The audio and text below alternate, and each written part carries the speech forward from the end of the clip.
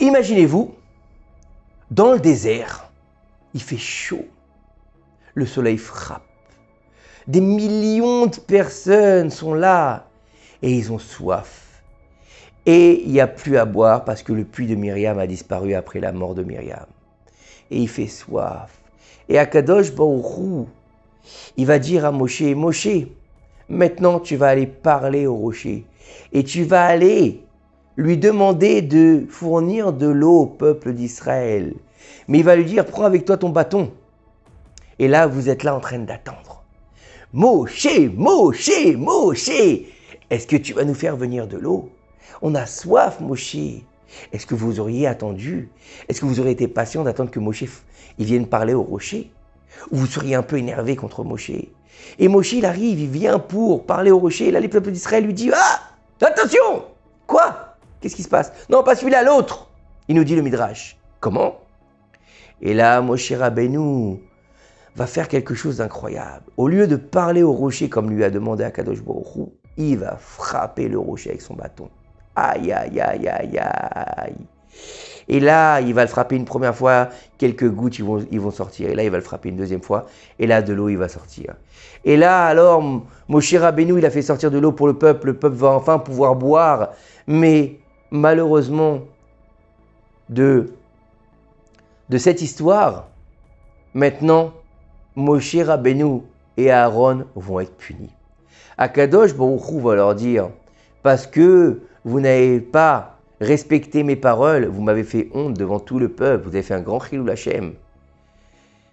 Vous n'avez pas écouté, moi je vous avais dit de parler, vous avez tapé, vous ne rentrerez pas en Israël. Quoi? C'est quoi cette histoire? J'ai quand même fourni de l'eau, il aurait pu dire Moshe, oui ou non? Vous êtes d'accord avec moi? Il a fourni de l'eau, alors pourquoi il ne rentrerait pas en Israël?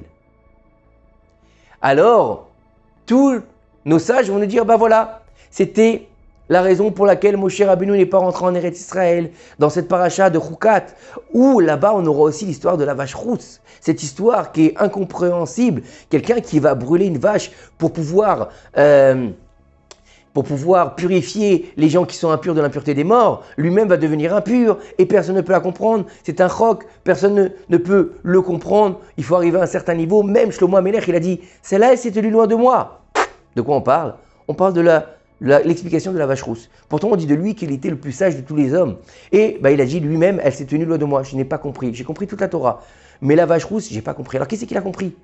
Moshe Rabbeinu. À quel moment? Au moment où il est monté sur le mont Sinaï pour recevoir la Torah. Il est arrivé au 50e niveau, le Noun. Et c'est pour ça qu'après il lui a dit à Hachem, descends de ton niveau, descends du 50e parce que ton peuple il a péché. Et c'est pour ça qu'on fera la vache rousse. Pourquoi la vache?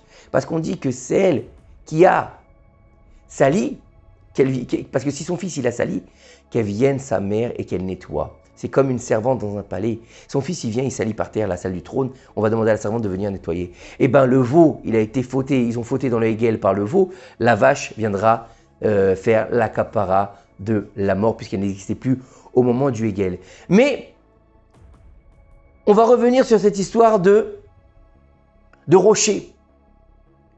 Le rocher, nos sages nous disent que c'est juste un prétexte.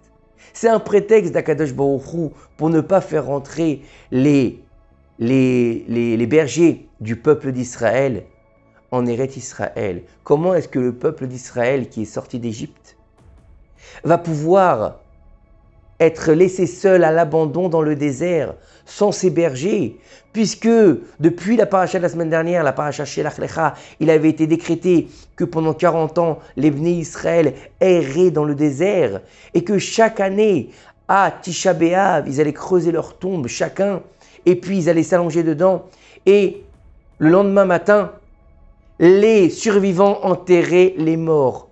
Et jusqu'à la dernière génération, 40 ans, ils vont être enterrés dans le désert. Et leurs bergers, Moshe et Aaron, ils vont rentrer en Eretz Israël et on les laisser tout seuls? Non. Akadosh Baruch Hu dit que les bergers doivent rester avec leur peuple jusqu'à Triat Hametim pour pouvoir ensuite les ramener en terre d'Israël. Mais qui plus est, on peut aller voir un peu plus loin dans cette histoire-là.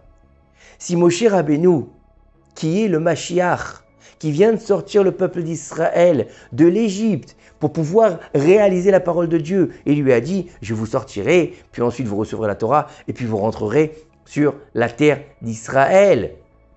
Pourquoi alors dans ces cas-là, Moshe ne rentre pas en terre d'Israël? Si c'est le Mashiach, faut qu'il rentre. Ah, c'est une bonne question. Avez-vous la réponse? Le problème qu'il y a, c'est que Moshe Rabbeinu, notre plus grand des prophètes, il est de la tribu de Lévi. Et il y a marqué que le sceptre et le trône ne quittera pas Yehuda.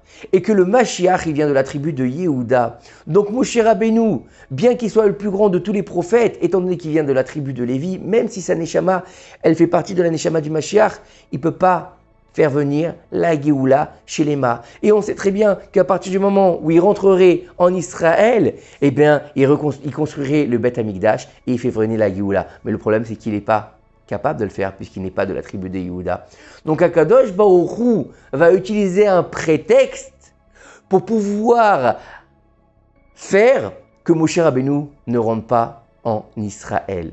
Et donc, si Moshe ne rentre pas, Aaron n'y rentre pas. Et non plus Myriam, nos 3 bergers, ils ne vont pas rentrer pour rester près du peuple, pour garder le peuple jusqu'à Triyat HaMetim, jusqu'à ce moment qu'on va vivre très bientôt, Be'ezrat Hashem, où Akadosh Baruch Hu, il va décider d'envoyer le Mashiach et la Géoula Shlema, la dernière, pas celle qui a été décrétée depuis la nuit des temps, où les Bnei Israël, bien qu'ils sont sortis d'Égypte, ensuite ils passeront par Babel, ensuite ils passeront par la Perse, ensuite ils passeront par la Grèce, et ensuite ils passeront par Rome. C'est dans l'exil dans lequel on est. Et dans cet exil de Rome, on a encore un autre exil, l'exil d'Ishmaël, qui sera le dernier exil, celui qui sera le plus dur, celui qui va avoir lieu. Pourquoi? Parce que malheureusement, à l'époque, Sarah Imenu, elle a fait du mal à Agar, l'Égyptienne, la mère d'Ishmaël. Et alors, la souffrance qu'elle a eue, la douleur qu'il a eue, elle fera payer à ses enfants. Jusqu'à quand? Jusqu'à que Dieu décide aujourd'hui d'arrêter la souffrance.